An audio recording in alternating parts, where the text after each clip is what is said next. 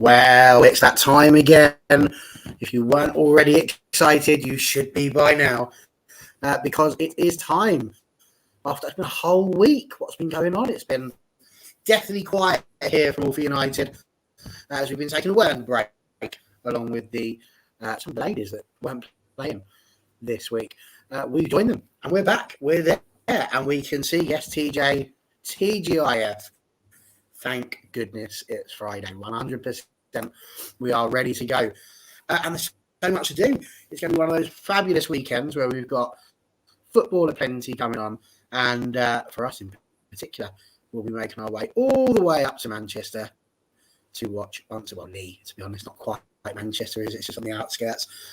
And we're looking forward to a fantastic, I think, match. Speaking of fantastic, look who we've got with us. Three fabulous, the three amigos, the three musketeers. Don't know which one you'd want to call them or which one you'd like to be. But anyway, Johnny K, how you doing? You all right? Yeah, not too bad. This is my fourth show this week. I did 3 on the men's channel, and looking forward to United's women, the WSL returning. So hopefully it'll be a positive weekend. Absolutely, and of course, bottom right-hand corner, we've got Ellie, who's looking a little bit chilly there. You right down there, Ellie? Hi, yeah, I'm all right. Glad to be back on. Obviously, I went to a few international games, but yeah, WSL is back, so concentrate on the women now. Absolutely. The WSL is where the heart is, but yes, we know you love to get around and see the international games too, and I'm sure we'll be able to mention a few of those as we move on through the pod. And then just below me here, returning once again, so we didn't scare off too much, is Helen. How are you doing? Hi, yeah, I'm all right, thank you. Excellent. So, where to begin? Well, we'll begin using Jamie Spencer's rather fabulous. I mean, it's like he does my work for me. It's excellent. Whereas before, I used to go hunting off like I was playing the old Pokemon Go, trying to find all the information that you possibly could want to use. He just sticks it all together in one big thread, which makes life so easy for just about everybody. So that's what we're using. It's on 90 minutes if you want to see it. And you should definitely do that because he's pretty good, is our Jamie. He gets us lots of information and he's given us 3 big stories that we can have a look at today. But I think, as ever, we always like to start off sort of where we left it before. And TJ has already read the script. I don't know how he does it, but he has. So there we go. That was the first one that we were going to ask. We've got Brighton coming up. It's going to be quite a big game. But we know for a fact, first question that was answered in the press conference, do we have Alessia Russo? And the answer was no. She's back training, but she is not ready yet. So, Big Johnny K, are we going to miss Big Alessia? Depends how long she's out for. I think obviously she's been out for a couple of weeks. I missed the Villa Conti Cup game and obviously the international break. It's good news that she's in training. As for Sunday, all the time will tell. I think hopefully we should have enough to beat Brighton. Obviously Brighton a very good side. They've where they're a good manager and hope. But I do think you'll have to wait and see. Obviously, Leslie's our main forward and that, but we do have some good other forwards like Martha and Leon and players like that. So hopefully, if she's back in training, it's just this one game, and if it is, that's good. And hopefully, we should be able to beat Brighton. But if we don't, then obviously it'll be a big worry. But hopefully, it's just this game that she misses. Well, let's hope so. And Ellie, taking over to yourself, Mark was really impressed with how he says Leslie has grown up because he feels like her attitude with this injury is better than perhaps previous injuries that she's had. Let's not forget she was out at the beginning of last season and towards the end of the season before as well. So what's your thoughts? We've seen Leslie growing before our very eyes in terms of goals, but are we going to miss her this weekend, or do we have enough to get past Brighton without her? I think she's a miss for us this weekend because obviously when I heard the news, I was like a bit gutted because obviously she's one of our main ones at United. For England, I weren't even so bothered about the England games because I thought they were only friendlies really. So I was like, I'm more bothered about United games now. Brighton, we know Brighton. They can beat us if they really can because we only beat them 1-0. I think 1-0 last time by a Leah goal at the end. So she's a big miss for us because we know Alessia can score loads of goals. So I mean, but it can be a fresh start for like Martha or Leon probably. So yeah, it is a massive miss, I think, and obviously I'm just glad it's not a really serious injury because it just states like it's a minor injury. So I'm glad it's just a minor injury.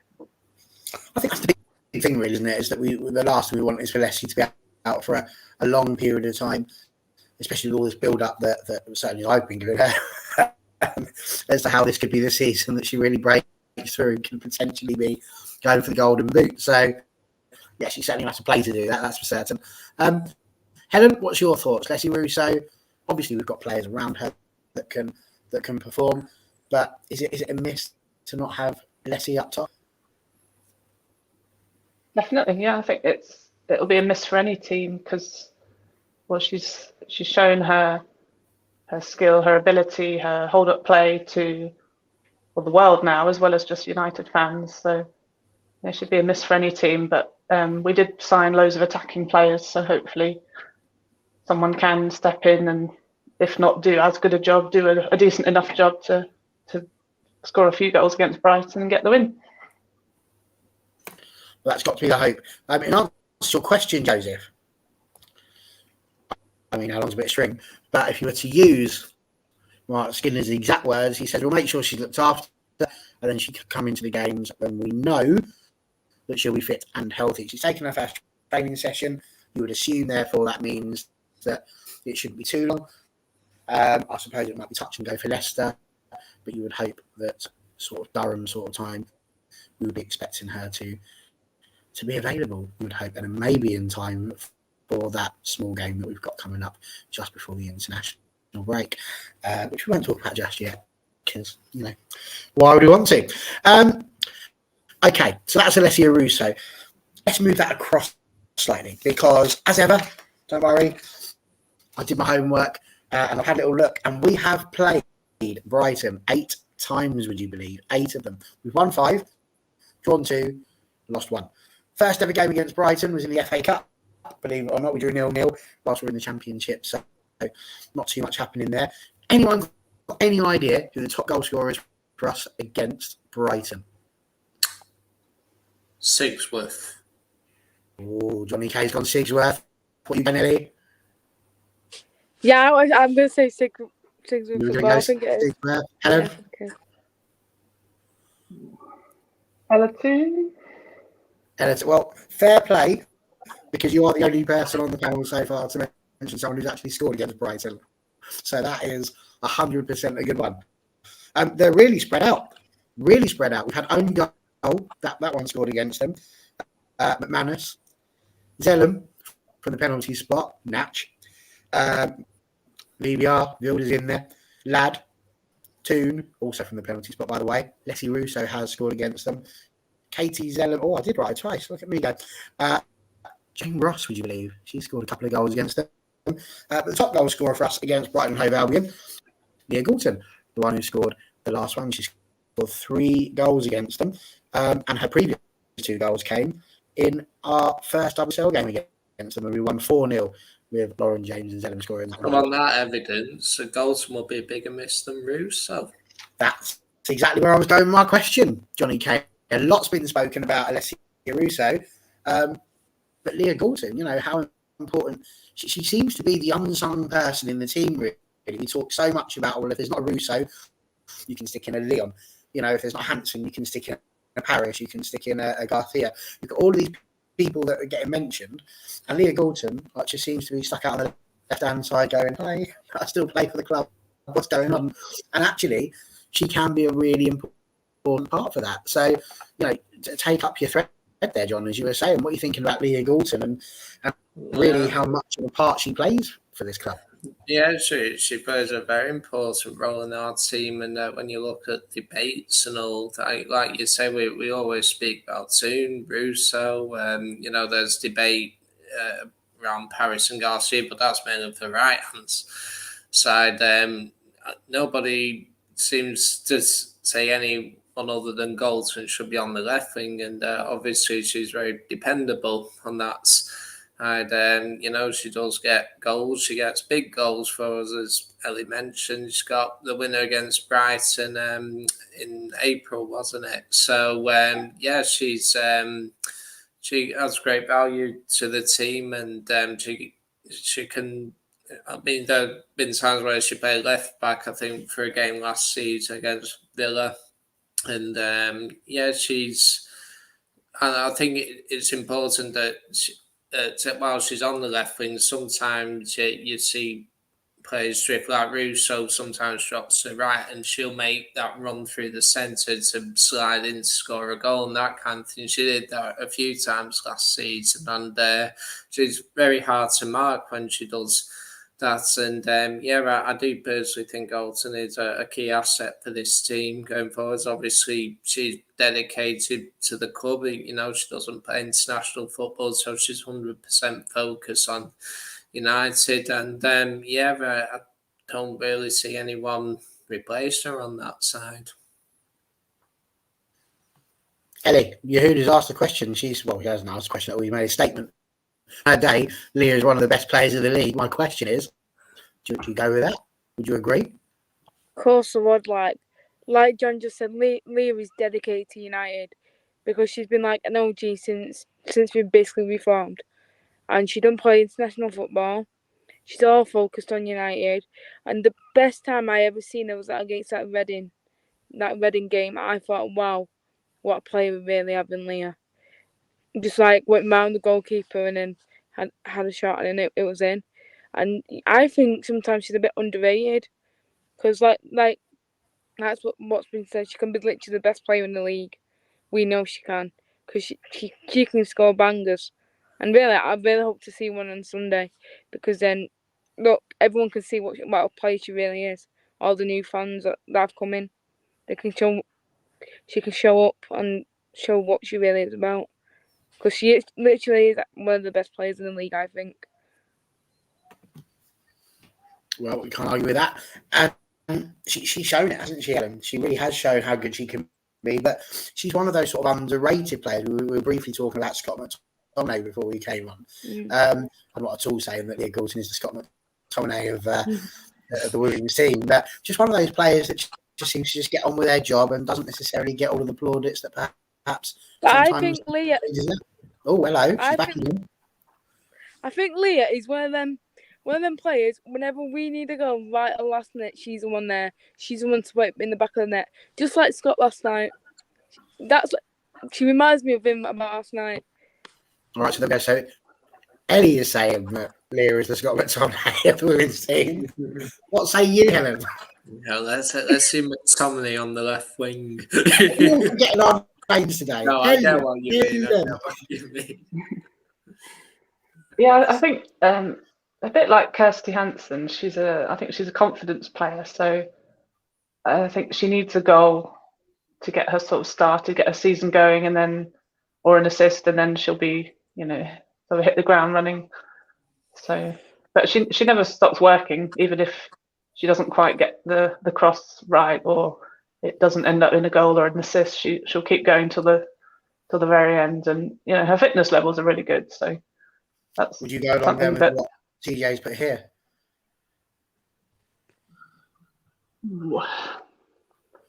It depends what you measure best player by, isn't it? Is it goals and assists? Is it consistency and whatever they all-round play? I mean, she's not going to be a Ballon d'Or winner, is she, anytime soon? But maybe she doesn't help herself in terms of pushing herself to be recognised in that way. She's sort of understated herself a bit, I feel. She's maybe a bit modest about how good she is. Whereas the best players tend to I don't know, show off a bit, perhaps, maybe showboat, but she's not really a showboater, I don't think. But there's no denying her talent, certainly. Absolutely, I'd agree with that. And TJ's gone off on a bit of a stat hunting himself there. 84 appearances for 22 goals. I would argue that for a player who's playing out the left-hand side, that's not too shabby, really. That's, I mean, what's that, 1 in 4, just under, so just over. Sorry, so that's not too bad, considering we have been goal shy as a team, really, coming up. That's been the problem, and why we're not winning the league just yet. And hello, Marty. Good to see you, or not see you, as the case may be. Good to see you in the comments, certainly. So, out of those 8 games, there were some fantastic Opta stats, by the way, that's been sent out. So let me just throw these stats at you. Excuse me whilst I read. I feel like I'm one of those people on Sky News because they get all their information from their phones nowadays, don't they? It never used to be that way. Used to be, oh, hello, it's a cat. Hello, look at that. You just never know what you're going to get. Yeah, that's amazing. To be honest, I thought I was getting attacked. Anyway, here we go. Great news for us. We've got the best home win ratio in Barclays WSL history. Nobody else has done it.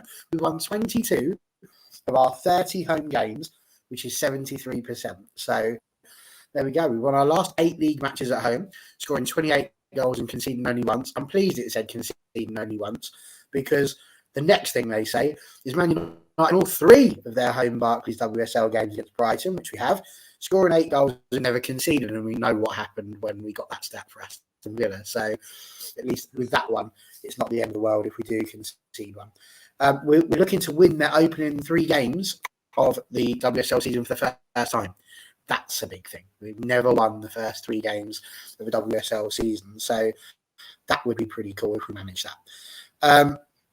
If Nikita Paris is involved, she's been involved in 6 goals in her 2 games against Brighton, obviously with City.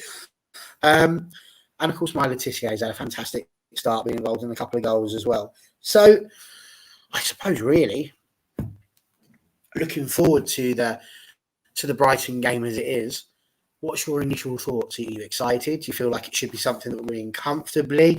They're a tricky team. We struggled at Lee last season.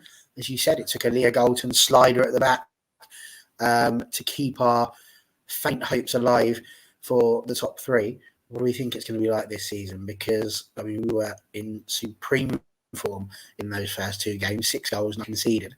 Should we be expecting a similar sort of performance on Sunday, John? Yeah, I think, obviously our record, as you point out, is very good against Brighton. And, I think one of the comments said Brighton haven't been at their best this season. And obviously our home record is very good in the WSL. And obviously we're points now, I think, in that 7 games in a row have we won at home.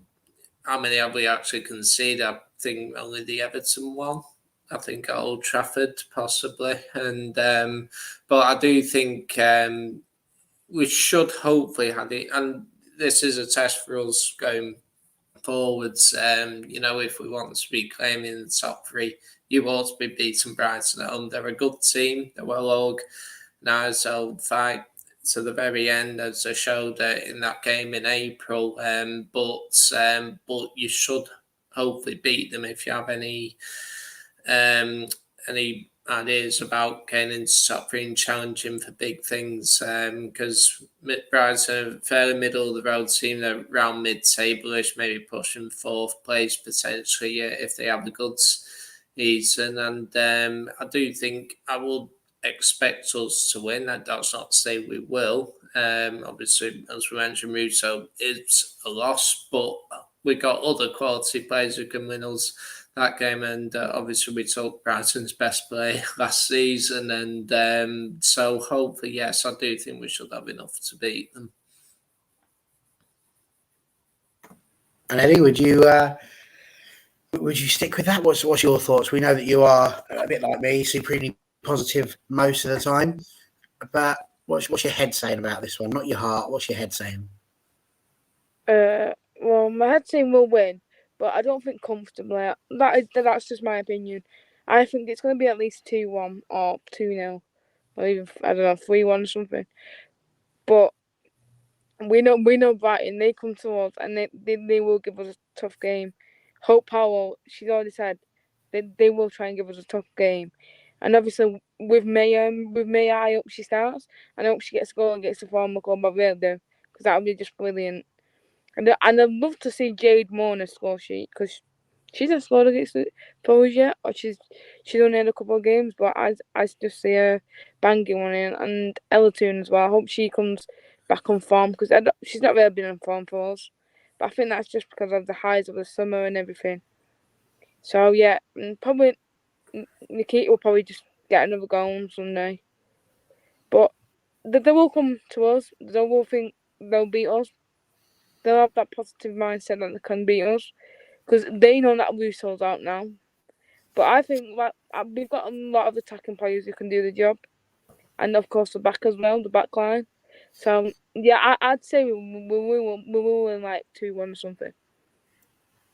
Okay, well there we go. Marty, an interesting point here. So we should win against Brighton, as they have keyholes that are most likely still trying to get plugged. And I don't know what doors have got to do with it, to be honest with you. It's really highly different. I knew it was coming. I knew it was coming. I saw the smile on your face when I started talking. So there we go. I was like, here he comes before I even said it. Helen, what's your... Helen, what's your initial thoughts on the Brighton game? Brighton's one of those teams that I think if we're not careful, we could lose it mentally, because they'll just park the bus kind of thing. They don't have a great goal threat, I don't think. Maybe Young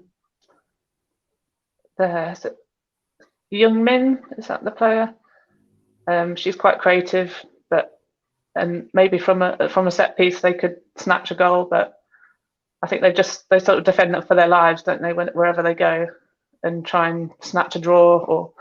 So we've got to find ways around that. But I think I'd like to see some sort of like a mental belief that, it's a bit like against Reading, quick out the blocks, just go for the throat, and sort of catch them at their weak spots, plug those keyholes, plug those gaps. Yeah, absolutely. He has an important, Marty has told us now. Yes, I know. I couldn't help myself.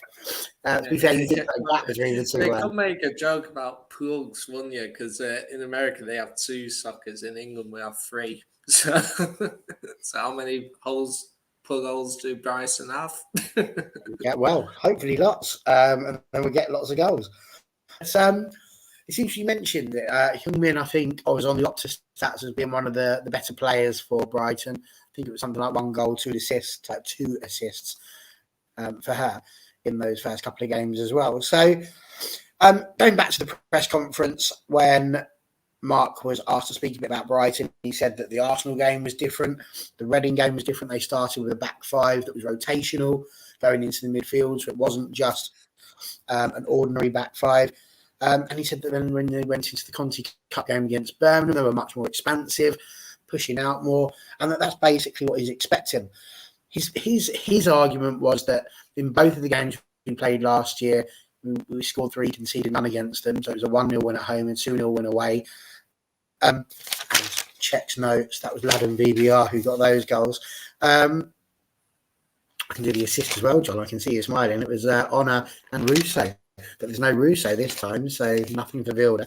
Who assists at Galton's, by the way? Who assists Galton's? That would be Ella Toon. Ah, I thought you could catch her out there you go. And Toon and Galton will be playing. There you go. But Mark is saying he's expecting to be more expansive. He knows that we need to go out there. He knows that we need to, like you say, attack in the same way that we did against Reading, trying to find weaknesses that they've got. Did you feel, John, that Brighton can cause us problems? Because they've got Hope Powell, who's no slouch. She was the England manager for a long time, and she knows this game inside out. We've got to be careful, haven't we? Oh yeah, we definitely gotta be careful, and I think the way they'll set up is they'll set up to cope with the pressure that we put on them and try to hit us on the counter and try and score at set piece. I think that's what they'd look to. I don't think they're going to come and play expansive football, and I think Hope Paltry's sets up the teams to be solid, but a solid defensive block, and it's going to be difficult to break down, as you know the game in April showed. And so you have to be careful that if you don't score, and if you don't break that block, you risk, conceding a goal at the other end. And so there could be a threat in that regard. And that's why I think it's important for us to, play football, play quick football, into changing, and that's how you deal with a low block runners in behind and that kind of thing. And I think if it depends on the first goal, really. If they get the first one, they can sit back, and that might be more difficult for us to break down. If we get the first goal, then they'll have to open up a bit, and that means we can then get further opportunities. So yeah, they're no mugs, Brighton, but hopefully, because we're the better footballing team, hopefully it'll show again, and we can get the win. But yeah, they're not a team to be taken for granted, Brighton. Absolutely. I've just put Marty's point on the board here because she's put Hope's going to adjust Brighton's shape to minimise Man U's attacking abilities. It's interesting because, again, that's the exact thing that Skinner said. As I said, and I quote now, he says, as anybody knows, we don't just go in working on ourselves. We use the opponent to how we can exploit them through the way that we play. And he said, I suppose, part of the evolution of a coach is the evolution of tactics. When I see Hope's teams, I'm starting to see them evolving again. So it sounds to me like Mark agrees with Marty, and that's exactly what she's going to do. But that's football, isn't it? That's what we're supposed to do, is to look at what the other team does and see if there are weaknesses that we can exploit. Ellie, I know you've been getting involved in playing some football. Is this not what your coaches would be telling you as well? Look for what they do wrong, and then try your best to beat them, basically, through that. Yeah, my coach says the exact same thing. So, like, whenever we're not playing them, we look at them and look at how they're like against the other team. So, like, it's like how we can exploit them as well in the attacking and defensive. Well, I'm a defender, so it's all about defending for me. So it's like how I can stop the balls coming in, how I can go and fly out and then just throw them out or kick them out. So probably that's what Mark looks at the opposite team. So Mark's 100% right. And Helen, from your point of view, then, just how much would we? What do you see? Any weaknesses for a start, I suppose, that we could use to exploit against Brighton? Is there anything in particular there that you think we could exploit? And I suppose, secondly, from that, is there anything that you think that they could exploit on us? I think sometimes they're a bit indecisive at the back. If we press them high, we can force them into mistakes. It's quite often, although their goalkeeper's good, sometimes she's not on the same wavelength as the defenders, so there's a bit of a gap between them, I think, sometimes. And I think just we've got more creative players, so we should, get the ball to them and they can do their thing. And I just think we've got the better players generally across the park. So, and I'd just be worried about set pieces because I think that Brighton are quite a tall side, so we need to be switched on and try and match them as using our taller players that we have. If we've got any, maybe Maria could come in, perhaps. Might be controversial because you don't want to oust Maya or Millie really, but for set pieces, perhaps just match up with them on a height basis. Yeah, 100% could well be, and it's interesting. Oh, hello. No, I thought that was John talking then. Oh, it was me. That's why. Okay, I can hear myself back on the screen. That's why it's fun. I'm just putting on what Anton put here. Brighton do look like they were losing their best defender. I mean, I wonder who that could be. Who bought them? Where did they go? Tough. Gonna have a little think about that one whilst we're talking. There's always something about Brighton, isn't there? I noticed it a lot in the 2 games last season. All the last-ditch blocks and everything that they were doing and all that. It was like panic defending. Like they kept blocking everything, and then I think Chelsea drew 0-0 at their place at Brighton last year, and for some reason City found a way to score. What was it? 13 past them or something like that, it was they're one of those things. They're well organised, but they're hard to predict. Very much so, and that's what makes them, I think, a bit harder. Chris says here, attack down the left because we got their best defender. It was us, was it? Somebody should have told me. And yeah, TJ, I don't think agrees with you there about Maria. Rotate that if need be, but otherwise leave them in, please. Seems to be his general thought. But it's interesting because we spoke about attacking down the left there, Chris. One of the things that was mentioned was obviously that in the Aston Villa game, we had Honor as our captain for a start. And she wasn't playing right back to begin with. She was playing left back. He went on to say in his press conference that he thinks she is probably the best right back in the world, and that we are working very hard as a team to try and keep her as part of the team. That right-hand side for us, when it's been Honor and Luthia, has been pretty special in the start to this season.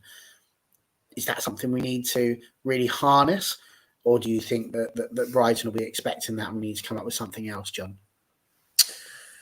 No, I think it's right hand side partnership between Ona and Lucia has been very good. The first 2 league games this season, I do think it's one that can be very profitable for us this season. I think you'll see a lot of goals scored down that side this season for us, and I just said that Spanish connection. There's just something about it. I thought it before the first game of the season. I thought that could be a real profitable for us this season if Skinner was to do it. I think Brighton will probably expect it, that partnership and that, and it depends on how we play generally. I've said that, with the key to, good partnerships, that you play it quickly and sensibly and that kind of thing. You expose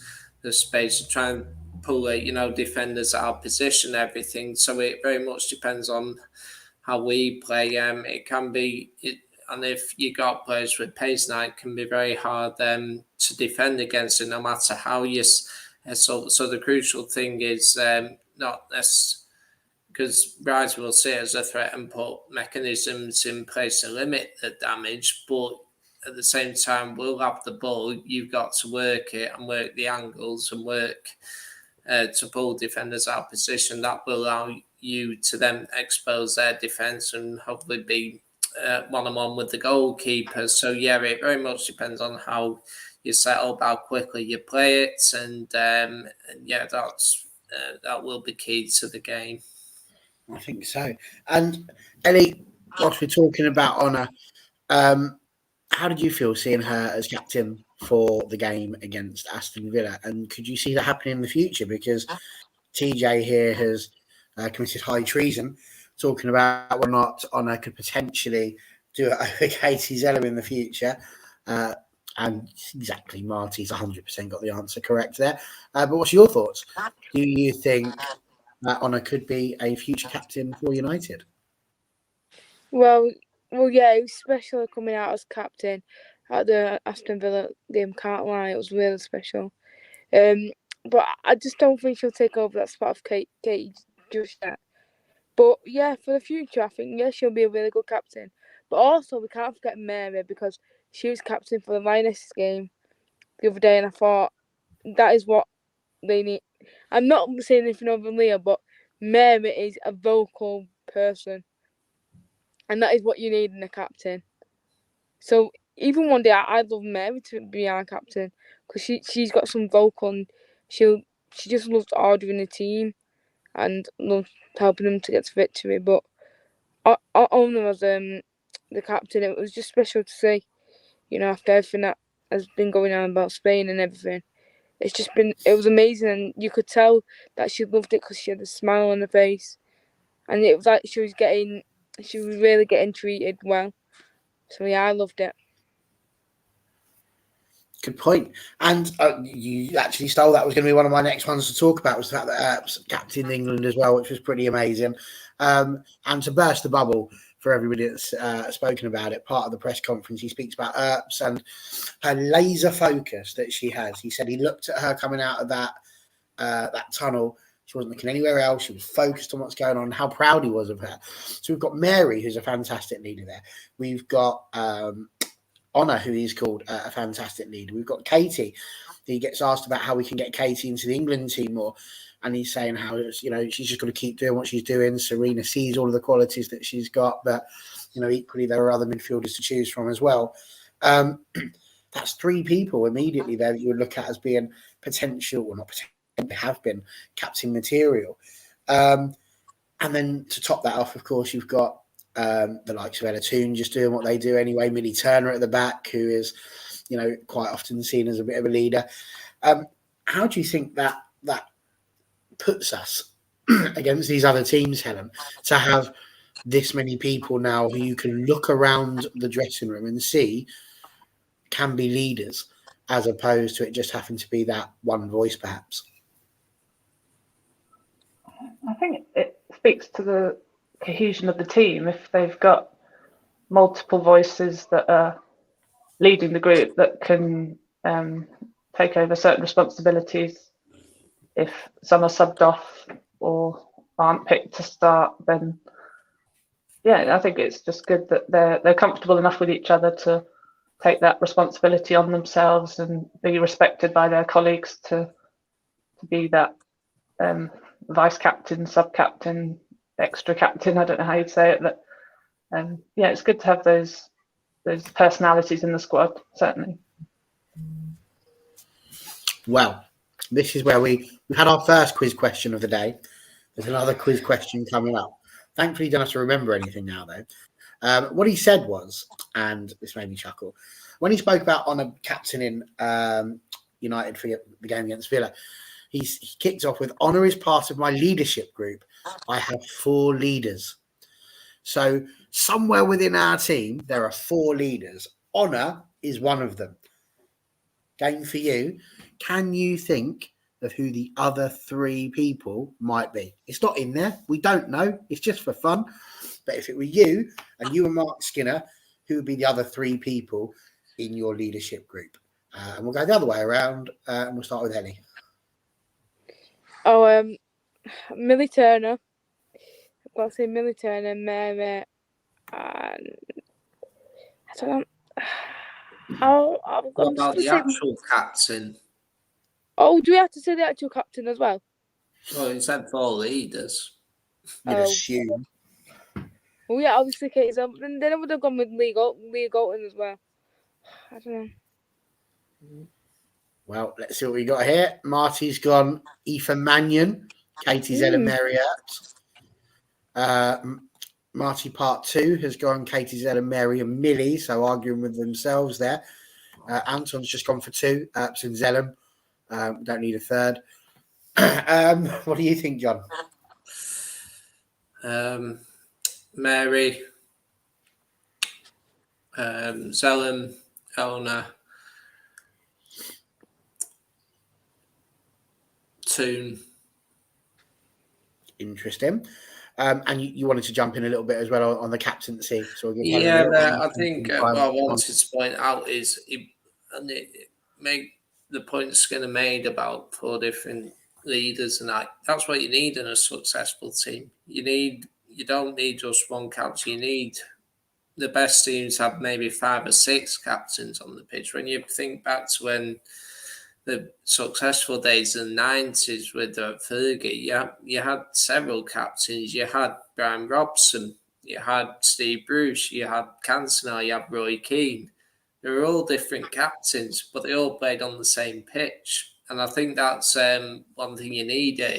You need different leaders to, like your captain might be in defence, but you need a leader up front as well. You need, you need your goalkeeper to be a leader at times. And I think it's important that we remember that you need most of your players to be leaders if you want to be successful. So it doesn't necessarily matter who wears the armband, because you should have several players who are capable of wearing the arm, and then all of them will offer different qualities. So yeah, that's the point I wanted to make.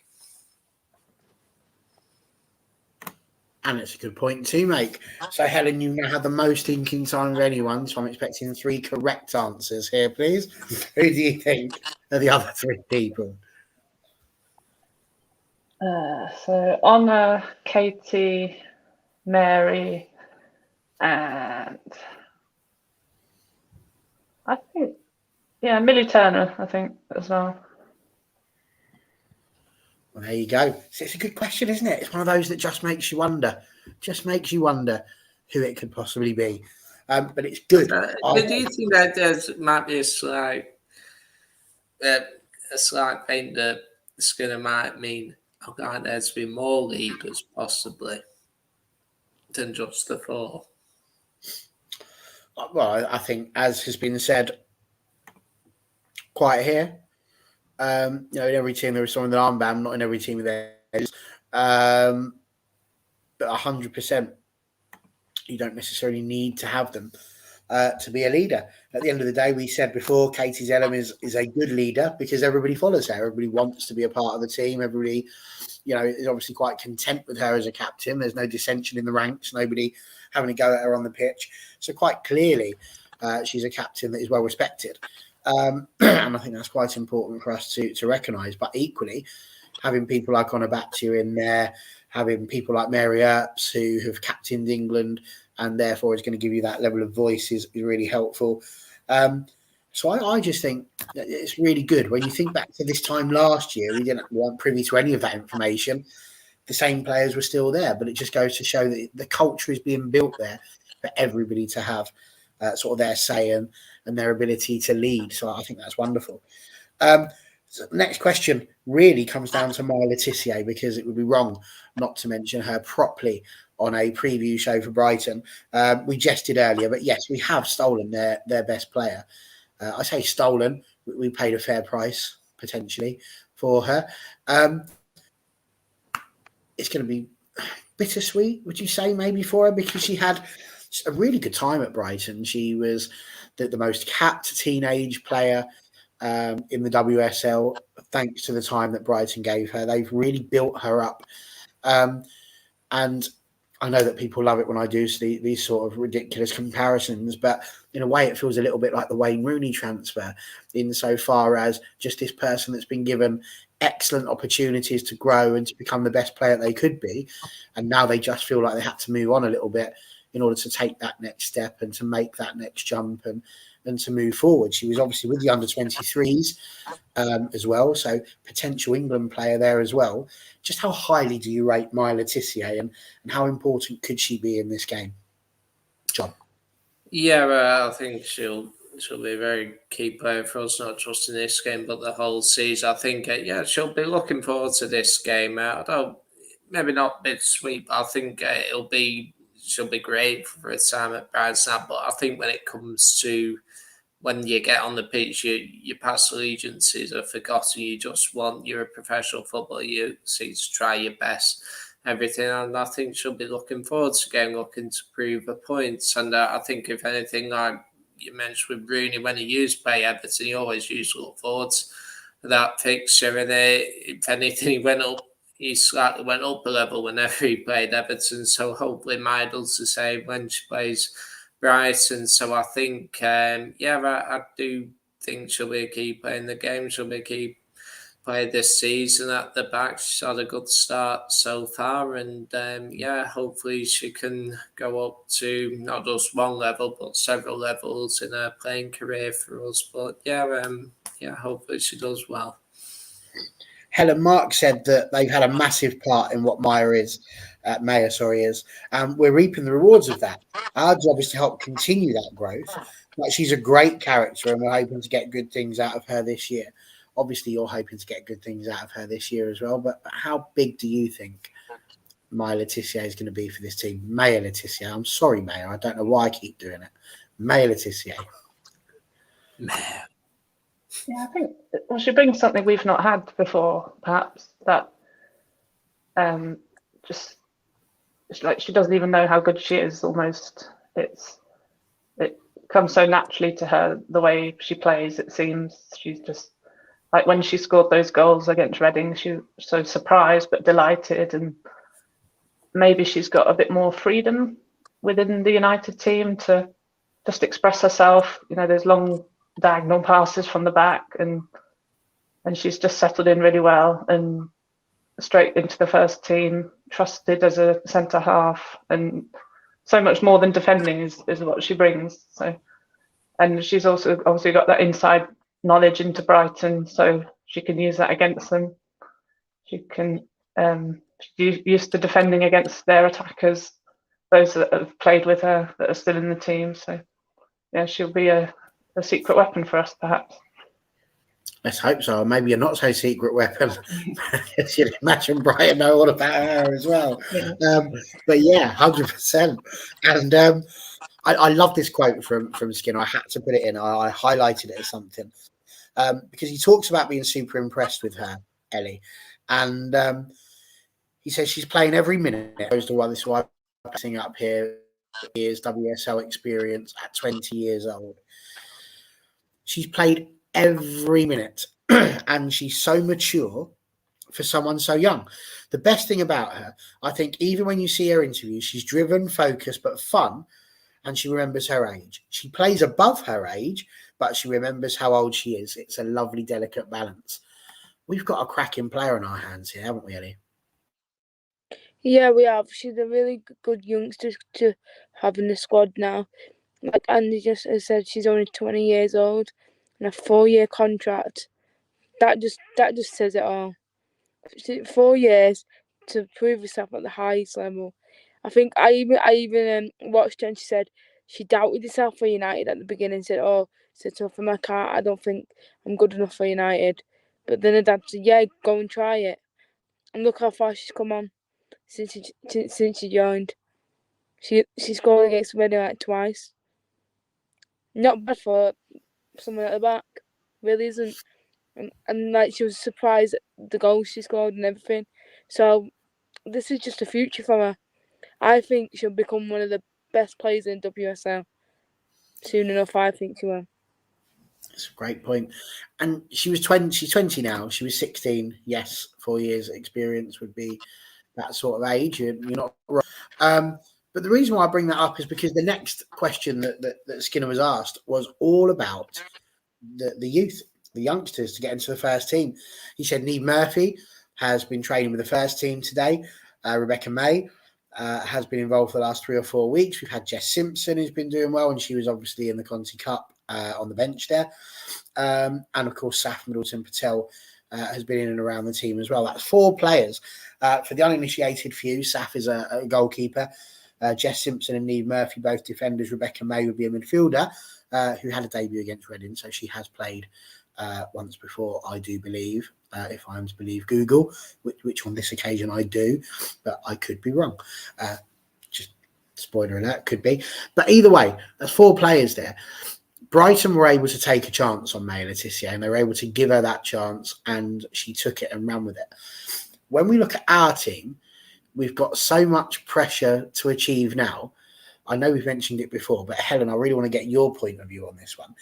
Do you think there is really a pathway for the youngsters to get into this squad and bridge that gap without having to just revert to Conti Cup games? Could we have the next Maya Le Tissier sitting on the bench at the moment? I think it depends whether we win anything in the next season or two. Because at the moment, I think that's the goal: win a trophy, win a cup, however it comes. Never mind being third or trying to win the league, just win something. So when you look at the players that have left the development squad, the under-21s recently, maybe they felt there wasn't that pathway to the first team as much as they liked, because I think a little bit about the team at the moment is wanting that instant success. So, I mean, it would be a shame if they felt they had to go elsewhere. But I think maybe once we've won a few things, if that was to happen the next few seasons, then they could start bringing them through properly. I have to say, I think I agree with you. I think the problem for United in general at the moment, if we're honest, it's just the pressure. The pressure. Nobody's got any time, I don't think, to make those sort of decisions. And as lovely as it would be to bring those players a short amount of games that we can play, it's really difficult to take a chance. They would have to be like literally oven ready, if we can use that particular phrase. They would have to be oven ready to go for it. Right, we've got a few things to get through. We've got about 9 minutes to try and do it in, and there's something I want to end with because I didn't get to do it last time. So very quickly, John Commode, they was asking about momentum. Do you feel like, having had the Conti Cup game, an international break, are you worried that the momentum going into this game against Brighton could have been broken, and that therefore we kind of have to pick up and start again? Or do you see it as a good thing because we've had some players that haven't played and a bit of a gap? So hopefully we could have a rested squad ready to go. Yeah, but I think the Conti Cup game out for me. Skinner made too many changes for that game, and we may have lost a little bit of momentum, but it's important to stress that we are 2 wins from 2 in the league. We haven't conceded yet. And like you say, we've never won 3 in a row, the 3 opening games in the league. So that's a challenge for the team and that. And I think he'll put us a full strength team for the game against Brighton. Hopefully it should be enough to beat them. And if we win the game with 3 out of 3, we're the only team aside from Arsenal to win, and Villa as well, who won their opening 2. So hopefully we'll be up there, and you got to start the season off well. And obviously the Conti Cup will be nice to have, but for me the league is always the main priority. And I do think it depends how we respond, because obviously we have had an international break. Some players have gone off, but you look at certain players like Conan, Lucy, I don't think they went with Spain. I don't think did they. So they'll be well rested up, and especially after the tournament in the summer, like having the line players to have that additional rest can be a good thing. Obviously, players like Toonie starts on the bench against USA, and now she needs to get back into form, and that Lee's had a rest. And I do think hopefully we should wrestle some of that momentum back. Some of our players did need games. International break, whereas others benefited from a rest. So we'll just have to wait and see. But I would expect us to win and keep the momentum going in the league. Momentum, don't we, Ellie? Because if my maths will serve me correctly here, we've got 3 league games and a Conti Cup game before the next international break in November. Farrell Williams has done another piece with Jamie Spencer. I'll just give another quick shout out for the excellent work that he's done in my preparation, basically, for this show. God bless you, Jamie. God bless you. If I could pay you, I would, but I can't, so never mind. But Farrell Williams has actually said that she thinks it's going to be Chelsea, Arsenal, Man United as the top 3. So she's one of the first ones to put her head above the parapet and say that, and not quite her words, but City are gone and dusted and they've got no chance, and we're in. It's pretty much what she said. I'm paraphrasing, but that's pretty much it. What do you think, Ellie? Because that's going to be a big run-in. If we can get mostly maximum points up until that time when we play Chelsea, that is something special, isn't it? Yeah, of course, it's something to be proud of and just proud of the team for, because obviously if we win on Sunday, that's 3 games on the bounce, 3 wins. Like, what more could we want off the team? And obviously we know about City now. They're like 10th. We can well do it. I think we can do it this year, 3rd spot, because City have just lost too many players now. They've not got the momentum like we have.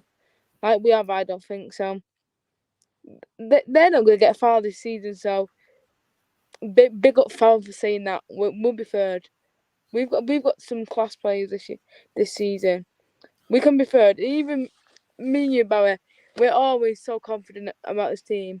Even a 3rd, or it's a WS title, we'll be in it. I think we are. My word. I still think, imagine if we've won. Let's see. So we've got the game coming up for the weekend against Brighton. We've got Leicester away before we go to Durham. If we've won those 2 games, then we're automatically still 3 points clear of Chelsea. It means we could be going into that game against Chelsea, knowing that whether we win or whether we lose, we're still going to be above them. And that's a big mental difference the last time we played Chelsea. And it's also, I mean, obviously we're showing good health and that, and obviously I suspect Chelsea will, play well. They'll keep picking up wins, but just how long will Emma Hayes be off? Obviously, we wish her a speedy recovery in that, but her not being in the touchline for a big game, if we're ahead of them, could it be in our favour? Who knows? Absolutely. So there we go. We are going to go round and get your predictions now. I think that's what we're probably going to go for. I did have this to show and haven't done it yet, so it would be a good little reminder just to show people. So we're just going to cover this up because nobody really wants to see us. I got told off for using my league ladder last time. It's exactly the same. So I thought, let's do it, change it up a little bit. We'll do the league ladder again next time.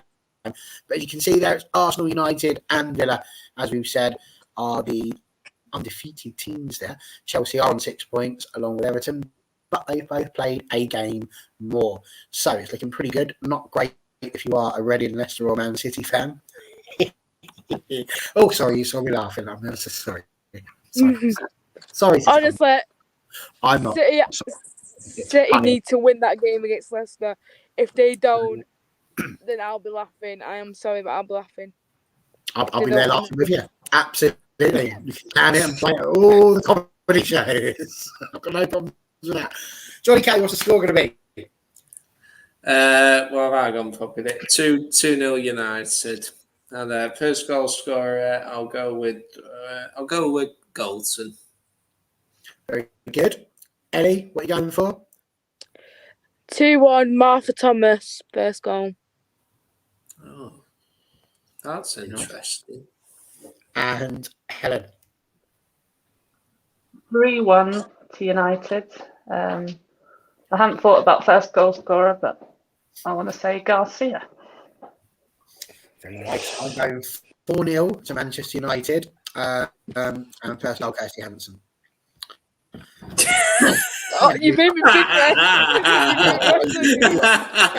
Sorry, I thought you had the first goal of the weekend. Oh dear. No, listen, it's going to be a great game, I think. Listen, we've all had a laugh, we've all had a joke. I didn't get the time to do this, and I really want to do it because I think it's important. And we didn't get the chance to mention it last time, so I do want to again. We've got dramas going on in Spain at the moment. The Spanish players don't want to go and play. And the NWSL Yates report came out, which I just think is so very important. So I think what's very important right now is that John and I just shut up.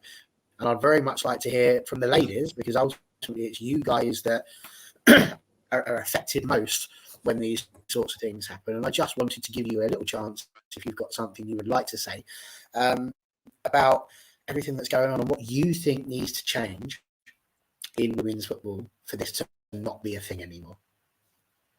And we'll go with Helen first, if you're all right with that. I think it's hard to say, not knowing the sort of culture of the US League, how the setup is really, whether they have the well, it seems maybe not. They don't have the stringent policies in place when hiring people, any background checks, things like that. Not to say you can always catch these things before they happen, but I think just listen to players when they're reporting things that have happened to them or concerns about anybody who they work with, teammates, staff, managers, coaches, whatever it may be. Just listen to them, because it seems that that's not happened, and that's really disappointing. Okay, that's very fair points. And Ellie, for you, what's your thoughts and your general takeaway from what you're seeing from all of this news that's coming out at the moment? I just think it's disgusting, really, because like when I heard about Honor and then Honor and Lucy, I thought as if they don't want to play for the country because of that reason. It's just horrible to see, and I just want us all to like be included in everything and just equal opportunities. It's just a joke what's happening, because women's football has come so far now. Let's keep it at that. It's a joke. So I just hope everything gets sorted soon, so then they can go back playing for the country they love. But they won't under that manager, will they, Sam? He needs sacking. That's the truth. He needs sacking. Well, there we go. I thought it was right and proper that you guys get the chance to do that, but we did say we were kicking this off from the point of view of Mark Skinner, and he had some, I think, excellent words. So I think to finish the show this time, we're just going to throw those out there, because actually I think Mark speaks for an awful lot of us with what he says. And he says that as a coach who respects the individuals I work with, regardless, it's always tough. I think it gets quite emotional from that perspective. I just want to congratulate them on their bravery on speaking up. I think we have to show our support and solidarity with the players affected in this moment, because we're part of the coaching and playing community. More importantly, we have to continue to change, adapt and evolve, and make sure nobody goes through this. We cannot allow players to go through this, or anyone involved in a workplace. At Manchester United, what we will continue to do is make sure we have the players at the centre of what we do, and that we support them in the most and appropriate manner. For everyone that has spoken up, or maybe hasn't spoken up, support you, and we want to make sure that you feel that love from across the sea. And I think that is a pretty much spot on way, if not a solemn one, to end a fans forum. Not the way I would usually choose to end it, but sometimes things are just a little bit more important than having a laugh and a joke, aren't they? So there we go. We've got a cracking game coming up on Sunday. I really hope everybody enjoys it. Thank you so much for being on the comments. It's been absolutely superb having you all here, and we will look forward to seeing you on Sunday. If you haven't already, like and subscribe, and do make sure that we get the opportunity to see you. Come with us. We'll be on the vlog as we have been before. We've got match reviews coming up. We've got specials coming out through the week. Fans forum's going to be changing. Have a little think about that. Don't be sitting there thinking that Friday's going to be a fans forum anymore. We're playing around with it a little bit. So we'll look forward to seeing you throughout the week. Get your eyes peeled and check out what's going on in the Prediction League, because somebody's got to knock Charlie Connor off her perch. Have a fantastic weekend, everyone.